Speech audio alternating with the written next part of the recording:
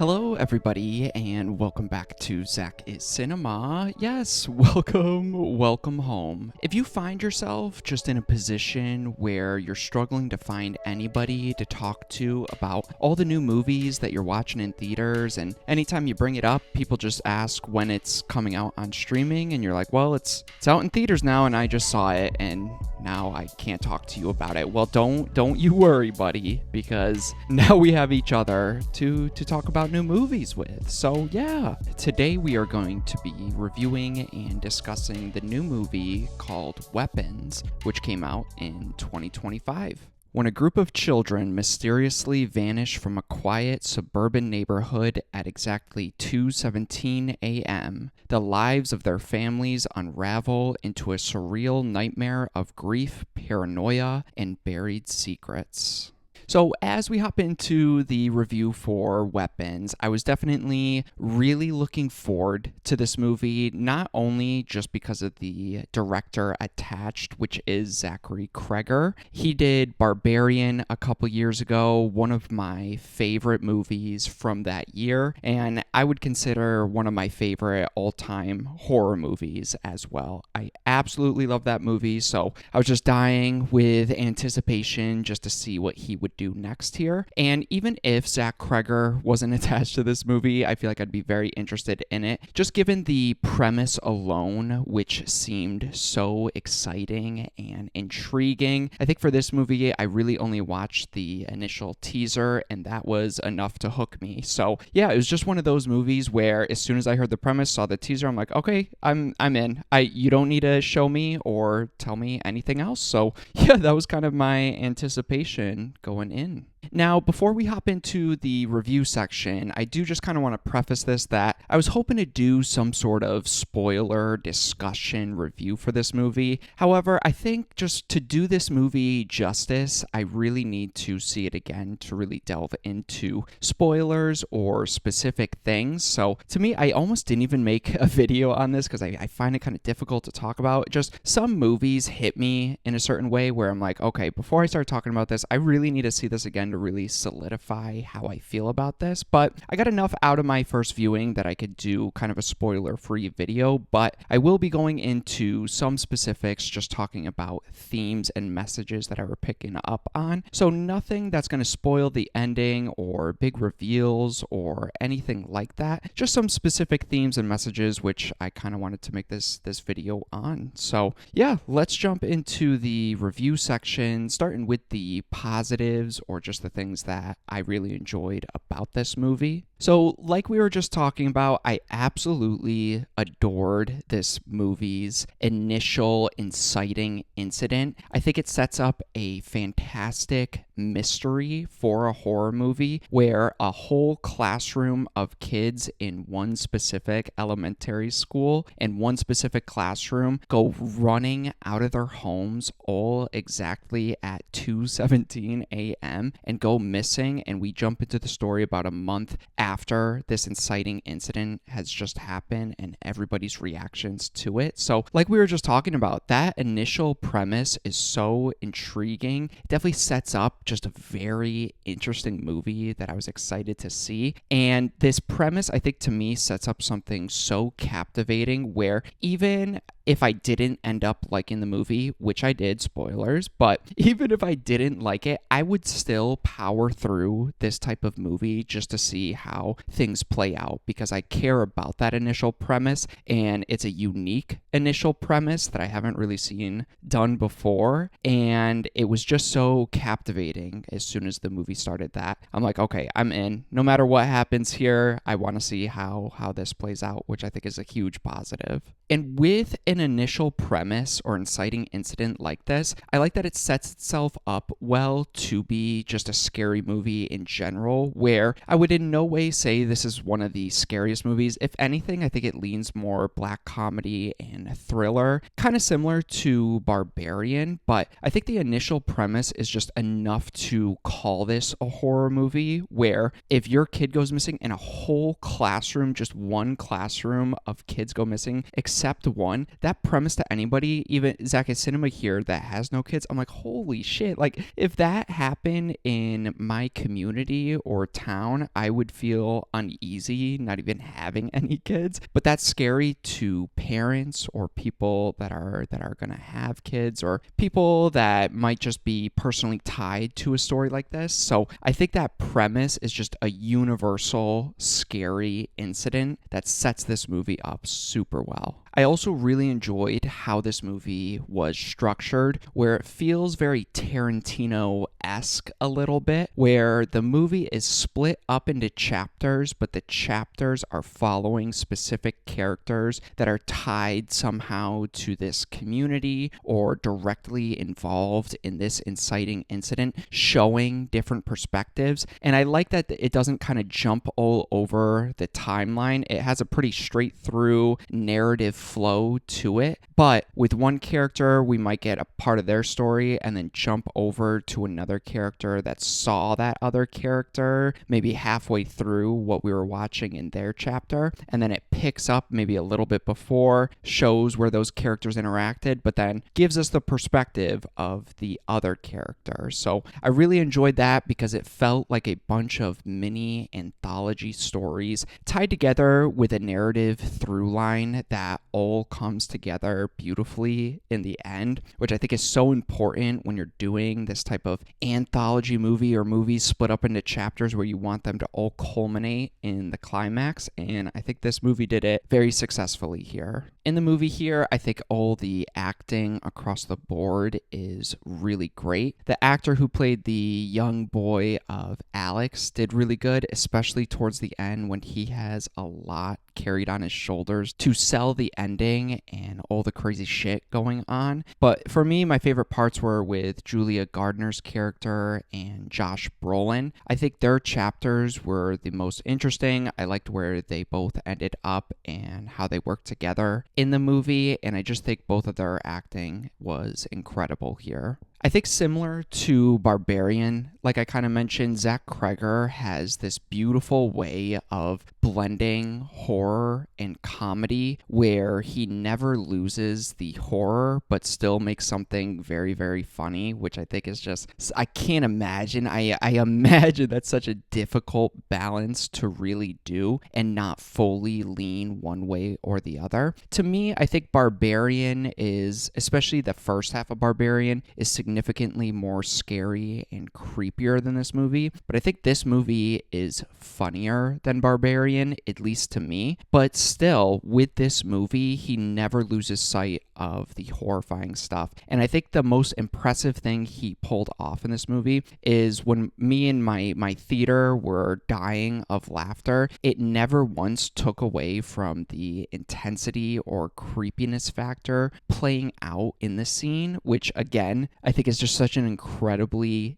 difficult thing to do, but he pulled it off here with 2 straight movies. And going off of that, I think he really nails it in the 3rd act climax of the movie, which I think was my favorite part of this entire movie. And Zach Cregger did something amazing where it goes so gory, over the top, crazy, but so funny at the same time and so horrifying at the same time too. So just balancing all those things and really giving a satisfying ending to the climax aspect was incredible and easily one of my favorite parts of Weapons. Now, like I said, this movie's difficult to talk about without any spoilers, and for me, I just wouldn't feel satisfied enough putting out a video when I haven't seen this movie more than once. So this next section, still in my positives, I kind of wanted to highlight some of the core themes and messages that I picked up on, at least from my first watch, just to kind of further discuss here. Another positive about this movie is I could see people taking away different elements from it. All the things that I'm saying here in this section, people could disagree, agree, or pick up something different, which I think this movie just leads to interesting conversation, which I think is another positive you could add to the movie. But for me, I think one of the biggest themes that I really appreciated was just hidden trauma in homes, specifically in this suburban neighborhood, where I think the film explores how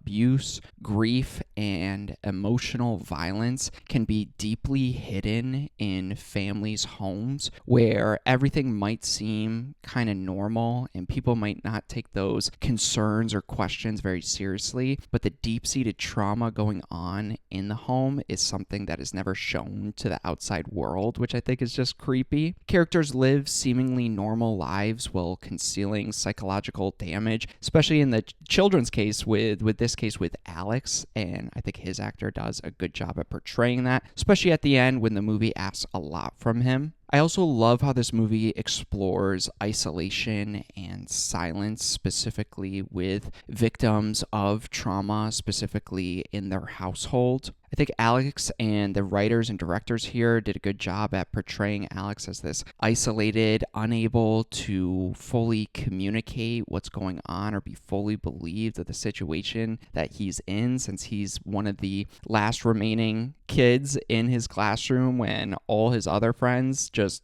vanished in the middle of the night. And I think it does a good job at just showing that isolating experience of confusing and scary things for a kid to be going on in the home, but then be expected to just go about their normal life and not knowing how to talk about it, and it even seeming kind of normal because that's all they really know. And I love the town aspect to this movie. One of my favorite things in, I guess specifically slasher movies, is when they can make the town almost a character. And I think this movie kind of does it as well, where it kind of showcases collective grief and scapegoating. After the town's children vanish, adults kind of spiral into fear, confusion, and blame, kind of mirroring real-life reactions to mass tragedies or a tragedy that was kind of discovered that people had no idea what was going on and how people would react to that. And the town, we get a lot of scenes of them just trying to make sense of this, just trying to find someone to blame, and that's where Julia Gardner's character come in, as she is the teacher of this classroom of all the missing kids, where their focus for a large majority of the movie is directly on her despite zero evidence. And I think that is very realistic to how people would react to this and how people have reacted to horrible things going on in communities.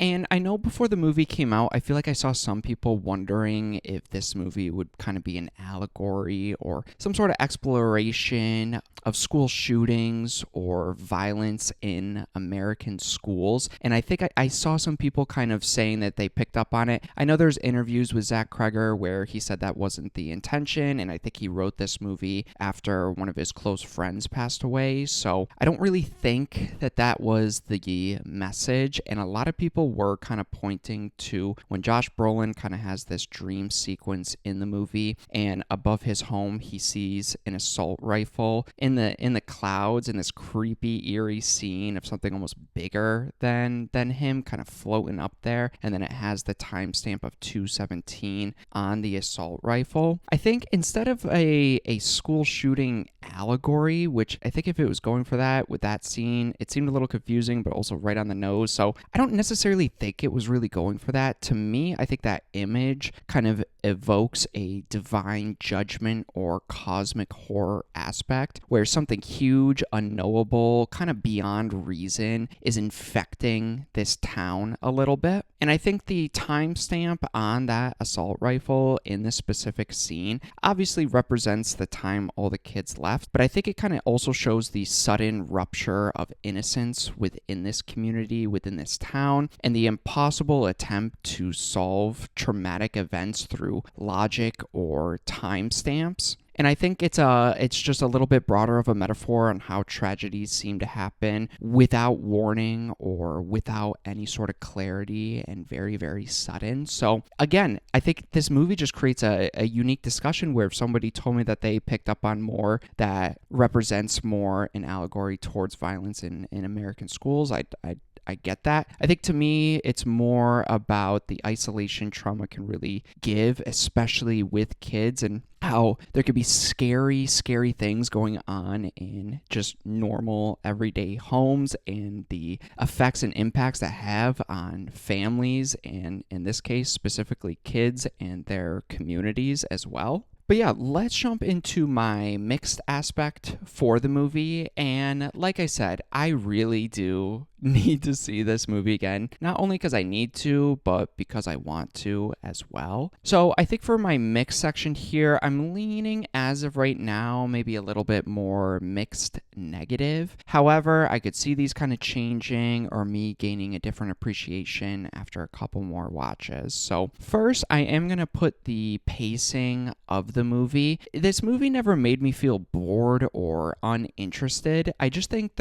after the initial setup, there's a chunk in the middle where I was kind of confused in what we were trying to do, what we were kind of leading to, and I felt like a more effective version of this movie could have been trimmed down maybe another 10 or 15 minutes. Nothing where it derails the movie or ruined the experience for me. Just, I think there was more of an effective, intense version of this movie that was slightly trimmed down, especially in that middle section. And again, no specifics or spoilers here, but I wasn't the biggest fan of the characters of Paul, which is a corrupt cop in the movie, and then the junkie that he's kind of interacting and chasing with the name of James. Again, not saying that they were bad characters, I just felt like they never really fully tied into the main premise, specifically in the climax, in a satisfying way, where it kind of made me look back to that middle section, just kind of wondering why we spent so much time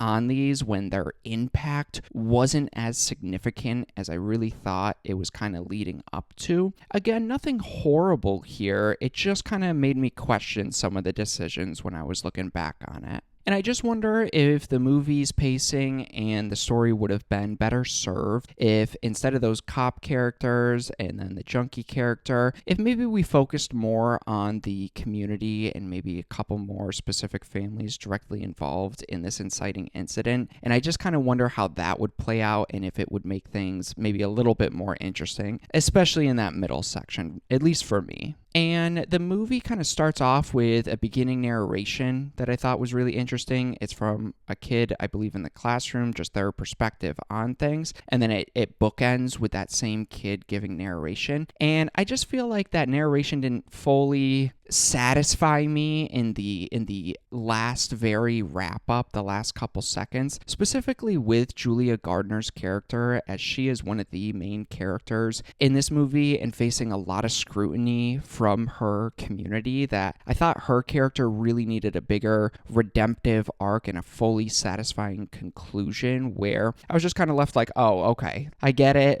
but I kind of wanted more, or to at least like see it play out instead of just kind of told to me, if that makes sense. But like I said, all those could change. I definitely need to see this movie again. As of right now, overall, I would say this is an effective black comedy horror movie with great themes and messages. I think it's told in a unique way where the movie effectively gives you some creepy and scary scenes while not holding back with its outlandish premises and black comedy that really blend very, very well here. So for my rating for this movie, I was definitely very excited and it met my expectations. I definitely walked out having a really, really good time with this movie. So I think as of right now, especially because I want to watch this again as soon as possible, I would look to own this movie on 4K and I'd be fine paying the full price for it because it's a movie I want to watch again and add to my beautiful collection. So you guys have my thoughts here on the new movie Weapons. Please down below let me know what you guys thought of the movie Weapons. Let me know if you kind of picked up on some of those themes and messages maybe the movie was going for. Let me know if you agree or disagree or kind of picked up on something maybe very, very different. Let me know all that information down below here. But yeah, I appreciate anybody watching my videos. It does mean a lot, so thank you so much. And yeah, look forward to more ZakIsCinema coming very soon.